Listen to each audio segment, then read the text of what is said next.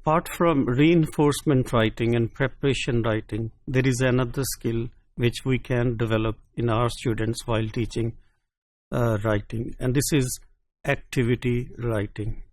Activity writing is all about giving small tasks to the students and making them write on those tasks. And these activities can be planned, pre-planned, and these activities can be put in the form of task-based language teaching, or TBLT. For example, the role of teacher is all the more important in activity writing, because it's the teacher who is going to play important role in the pre-task time, and then the while task time when the task is in process, and post tasks or after task. So the role of teacher is important. So let's see what we mean by activity writing and how we can develop this skill in our students. Activity writing is all about using short dialogues in the classroom, which the students can act out, which they can enact physically. For example, we can give them topics about inviting someone, or we can ask them to suggest a viewpoint or a kind of thing. And in this regard, it's important that we put the students in pairs or in groups. And while making pairs, again, I would like to emphasize that that there are students of mixed proficiencies, of different competencies. This is our role as language teachers, to ensure that for example, there is a group of 5 people, so 5 people are of different competencies.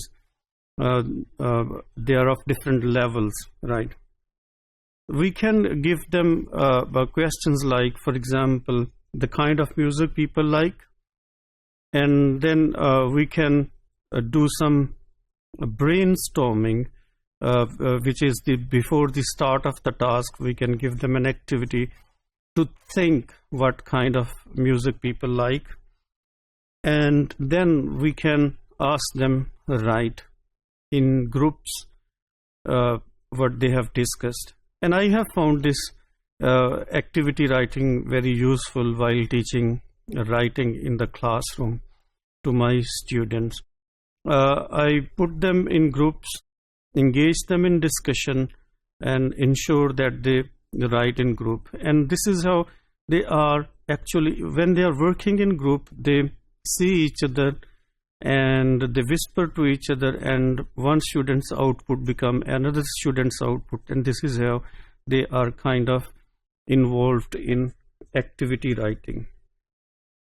So it's important to note, as I mentioned before, that one student's output can become another student's input. So students are involved in not only writing activity, but also they are involved in speaking and listening.